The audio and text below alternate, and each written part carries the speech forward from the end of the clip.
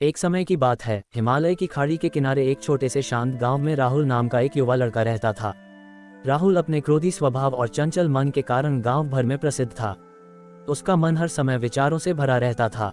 सोचो कि उसके विचारों के तूफान ने उसके मन को एकदम बेचैन कर दिया था। उसके जीवन से शांति मानो गायब हो गई थी और वह हमेशा अपने ही ख्यालों में खोया रहता था और तनावपूर्ण जीवन जी रहा था। उनके अशांत मन और क्रोध के कारण उनके अपने परिवार के सदस्यों और गांव वालों से भी संबंध अच्छे नहीं थे, जिससे वह और भी अधिक अकेला और अपमानित महसूस करने लगा। वह और भी अधिक मानसिक तनाव की स्थिति में चला जाता है। एक समय की बात है, राहुल अपने गांव की गलियों में घूम रहा था। तभी उनकी मुलाकात एक बौद्ध भिक्षु से हुई जो एक पेड़ की छाया के नीचे ध्यान में बैठे थे। बौद्ध भिक्षु के चेहरे से निर्मल शांति की आभा झलक रही थी। इस असीम शांति में राहुल बौद्ध भिक्षु की ओर आकर्षित हुआ। जब राहुल बौद्ध भिक्षु के करीब आया तो उसे अपने आसपास एक सकारात्मक ऊर्जा का एहसास हुआ। भरत को एहसास हुआ कि इस असीम शांति और सकारात्मक ऊर्जा का स्रोत कहीं न कहीं इस बौद्ध भिक्षु के भीतर ही है। इसलिए वह वहीं बैठकर उसकी आंखें खुलने का इंतजार करने लगा। थोड़ी देर बाद जब बौद्ध भिक्षु की आंख खुली तो उसने एक युवा लड़के को अपने सामने बैठा पाया, जो बहुत तनावग्रस्त और नकारात्मक भावनाओं से भरा हुआ लग रहा था। राहुल ने बौद्ध भिक्षु की ओर उदार भाव से देखा और बहुत विनम्रता से कहा, मालिक, मेरा मन बहुत अशांत है और मेरे मन के विचार मुझे खाए जा रहे हैं। मुझे एक पल के लिए भी शांति महसूस नहीं होती। क्या आप मुझे सिखा सकते हैं कि मैं अपने अशांत मन को कैसे शांत करूं? बौद्ध भिक्षु ने राहुल की पीड़ा को समझते हुए करुण दृष्टि से देखा और कहा, मेरे प्यारे बच्चे, मैं तुम्हें एक कहानी सुनाना चाहता हूँ। इस कहानी में मानसिक शांति और खुशी के रहस्य छिपे हैं। क्या आप कहानी सुनना चाहेंगे? राहुल ने हाँ में सिर हिलाया और पूरी एकाग्रता से कहानी सुनने को तैयार हो गया। उनके अंदर जिज्ञासा चरम पर थी। वो कहानी सुनने को बेताब था।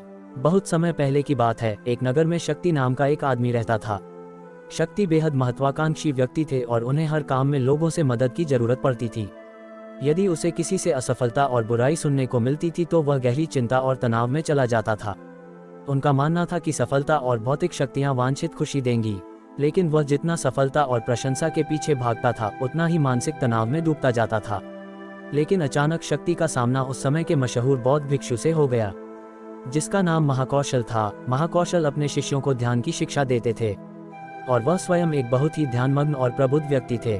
महाकौशल की अद्भुत एकाग्रता से प्रभावित शक्ति ने उनसे अपने भटकते मन को शांत करने का उपाय जानना चाहा।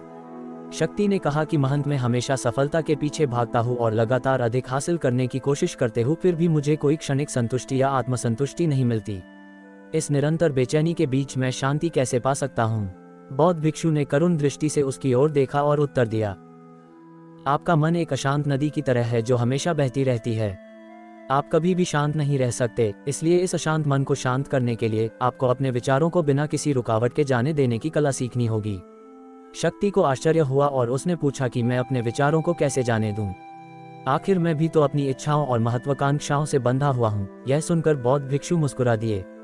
बौद्ध भिक्षु कहा, कल्पना करें कि आपके हाथ में पानी का एक गिलास है। अब आप इसे जितनी देर तक पकड़ कर रखेंगे यह उतना ही भारी होता जाएगा, और अगर आप इसे काफी देर तक पकड़े रहेंगे तो आपके हाथ में दर्द होने लगेगा। लेकिन अगर आप उस पकड़ को ढीला कर दें और छोड़ दें तो आपका बोझ खत्म हो जाएगा। राहुल ने पूरी कहानी और उसका संदेश ध्यानपूर्वक सुना। वह समझ गया कि अपने विचारों और इच्छाओं से चिपके रहने से उसका बोझ बढ़ जाता है और अंदर ही अंदर अशांति पैदा कर देता है। अब राहुल को कहानी का अंत सुनने की उत्सुकता से प्रतीक्षा थी। कहकर बौद्ध भिक्षु ने कहानी जारी रखी। एक बौद्ध भिक्षु की बात मानकर शक्ति ने विचारों को त्यागने का अभ्यास शुरू कर दिया। वह बिना किसी पूर्व निर्णय के अपने विचारों और भावनाओं को आते और जाते देखता था। अब उसने विचारों को पकड़ना बंद कर दिया था। विचार उठते थे और अपने आप चले जाते थे। धीरे धीरे उसे यह एहसास होने लगा कि उसकी इच्छा और भावना ही सभी दुखों का कारण है। जैसे जैसे शक्ति ध्यान में गहरे उतरते गए, उन्होंने पाया कि वर्तमान में जीना ही आंतरिक शांति का एकमात्र स्रोत है। वह खुद को वर्तमान में स्थापित करके अपने मन की निरंतर बकवास से छुटकारा पा सकता था। धीरे धीरे शक्ति का मन एक शांत झील की तरह हो गया जो बाहरी दुनिया को अपने अंदर प्रतिबिंबित करती है। उन्होंने जीवन की सादगी में संतोष को अधिक महत्व दिया और भौतिक संपत्ति के प्रति अपना लगाव छोड़ दिया। जैसे ही शक्ति में ऐसे बदलाव की खबर लोगों के बीच फैली, दूर दूर से लोग मार्गदर्शन लेने आने लगे। लोगों को विचारों को मुक्त करने की कला सिखाना और उन्हें अपने भीतर शांति खोजने के लिए मार्गदर्शन करना, वह लोगों के बीच शांति और ज्ञान का प्रतीक बन गया। शक्ति और साधु की कहानी समाप्त कर महाकौशल बौद्ध भिक्षु कुछ देर के लिए चुप हो गए ताकि इस कहानी का अर्थ राहुल के मन में अच्छी तरह बैठ जाए। राहुल ने बौद्ध भिक्षु की ओर देखा तो उनकी आंखों में अब एक नई समझ दिखाई दे रही थी। राहुल ने धीरे से कहा कि मुझे इस कहानी में ज्ञान दिखता है, लेकिन मैं इसे अपने जीवन में कैसे लागू करूं? अपने अशांत मन को कैसे शांत कर सकता हूं? राहुल के इस सवाल पर बौद्ध भिक्षु गर्मजोशी से मुस्कुराते हैं और फिर कहा कि अशांत मन को शांत करने का अभ्यास आत्म जागरूकता से शुरू होता है। अपने भीतर उठने वाले विचारों का निरीक्षण करने के लिए प्रतिदिन कुछ समय निकालें। उन भावनाओं पर ध्यान दें जो आपके मन में आती हैं और देखें कि वे कैसे आती हैं और आकाश में गुजरते बादलों की तरह चले जाए। राहुल ने आंखें बंद कर ली और बौद्ध भिक्षु के कहे अनुसार अपने विचारों का अवलोकन करने लगे। जैसे ही उसने अपने भीतर उठने वाले विचारों पर ध्यान देना शुरू किया, उसे इसका एहसास हुआ। उसे अपने अंदर चिंता और इच्छाओं की एक निरंतर धारा बहती हुई महसूस हुई। सिर्फ एक एहसास ने ही उसे एक अद्भुत शांति का एहसास कराया। उन्हें यह भी एहसास हुआ कि यह सभी विचारों और भावनाओं से अलग है। बौद्ध भिक्षु ने आगे कहा कि जैसे शक्ति ने खुद को सभी मोह माया से अलग कर लिया था, वैसे ही अपने मन को अशांतकारी विचारों और भावनाओं से मुक्त करने का अभ्यास विकसित करो।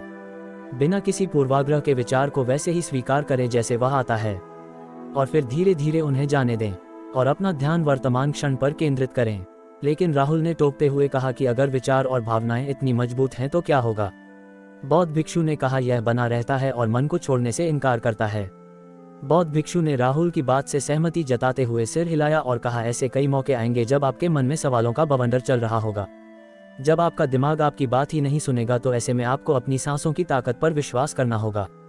एक बार फिर भिक्षु ने राहुल से कहा, अपनी आंखें बंद करो और अपनी सांसों पर ध्यान केंद्रित करने के लिए अपने पेट को ऊपर उठता हुआ और मथता हुआ महसूस करें।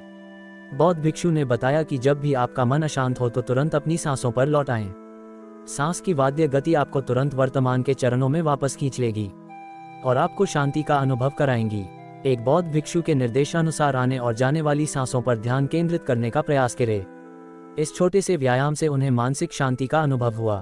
उसे याद आया कि उसकी सांसें हमेशा उसके साथ थी, जो उसे वर्तमान क्षण की याद दिलाती थी, आराम और शांति लाती है। राहुल के इस विकास को देखकर बौद्ध भिक्षु मंद मंद मुस्कुराए और बोले, मेरे प्रिय, बेचैन मन को शांत करना एक ऐसा अभ्यास है जिसमें बहुत प्रयास और दृढ़ इच्छा शक्ति की आवश्यकता होती है। क्योंकि लगातार व्यायाम से मांसपेशियां मजबूत होती हैं, उसी तरह नियमित अभ्यास से मन भी शांत होता है। स्वीकृति में सिर हिलाते हुए इस बौद्ध भिक्षु को धन्यवाद देते हुए उन्होंने वादा किया कि आज से वह अपने अशांत मन को शांत कर सकेंगे और अपनी गैर शक्तियों को मुक्त कर सकेंगे। बौद्ध भिक्षु ने राहुल के कंधे पर हाथ रखकर कहा, मुझे आपकी क्षमता पर बहुत भरोसा है और आपको जल्द ही आंतरिक शांति मिलेगी।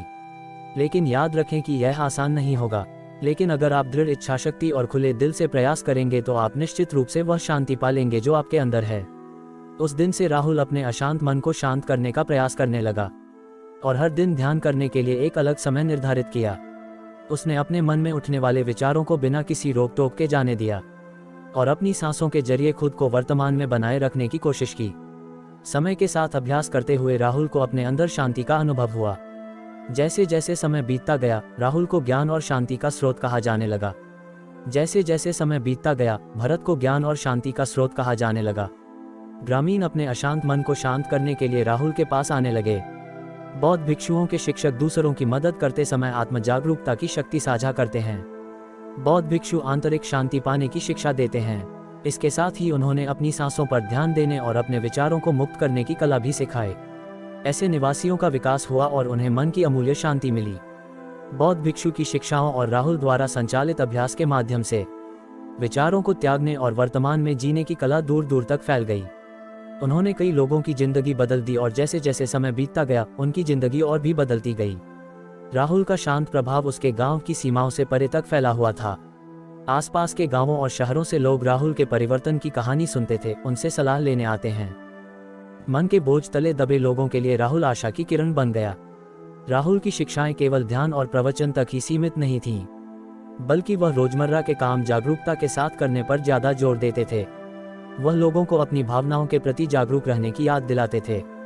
मनुष्य की उन्नति और अवनति का सबसे महत्वपूर्ण कारण है विचार। आपके विचार अच्छे होंगे तो आप अच्छे इंसान बनेंगे, क्योंकि कोई भी इंसान किसी भी काम को तब कार्य रूप में परिणत करता है जब उसके मन में उसे कार्य के प्रति कोई विचार पैदा होता है। चोर चोरी या बलात्कारी बलात्कार तब करता है जब उसके मन में ऐसा करने का विचार पैदा होता है। दोस्तों, अच्छा साहित्य पढ़े, अच्छी आदतों को जीवन में स्थान दें, उन्नति अपने आप होगी। अश्लील साहित्य और अनर्गल अलापों से बचे को अपने से दूर हटा दे, जो आपको नशे या गलत आदतों का शिकार बनाने के लिए दारू शराब आदि जीवन को बिगाड़ने वाली आदतों में लगाते हैं। आप उन्नति करें, जीवन में सफलता हासिल करें। इसी मंगल कामना के साथ जय महाकाल, जय शिव शंभू। कृपया चैनल को सब्सक्राइब करें, लाइक करें, शेयर करें। बहुत बहुत शुक्रिया। जय जय महाकाल।